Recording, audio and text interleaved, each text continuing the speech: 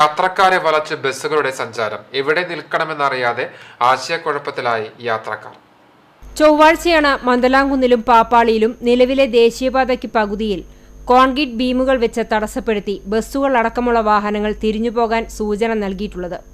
എന്നാൽ പല ബസ്സുകളും അവർക്കിഷ്ടമുള്ളതുപോലെയാണ് കടന്നു പോകുന്നത്. ചില ബസ്സുകൾ പുതിയ ഹൈവേ വഴി തിരിഞ്ഞു പോകുമ്പോൾ മറ്റു ചില ബസ്സുകൾ പഴയ പോലെ തന്നെ ട്രിപ്പ് നടത്തിക്കൊണ്ടിരിക്കുന്ന അവസ്ഥയിലാണ്. ഇതുമൂലം കിണർ, മന്ദലാംകുന്ന് എന്നീ ബസ് കാത്തിരിപ്പ് കേന്ദ്രങ്ങളിൽ നിൽക്കുന്നവർക്ക് വളരെയധികം ബുദ്ധിമുട്ടാണ് നേരിടുന്നത്. ബസ് ജീവനക്കാർക്ക് ഇത് സംബന്ധമായി ആരുടെ പക്കലിൽ നിന്നും നിർദ്ദേശം ലഭിച്ചിട്ടില്ല എന്നാണ് പറയുന്നത്. ബുധനാഴ്ച രാവിലെ സ്കൂൾ കുട്ടികളടക്കം നിരവധി യാത്രക്കാരാണ് എവിടെ ബസ് കാത്തു നിൽക്കുമെന്നറിയാതെ വലഞ്ഞത്.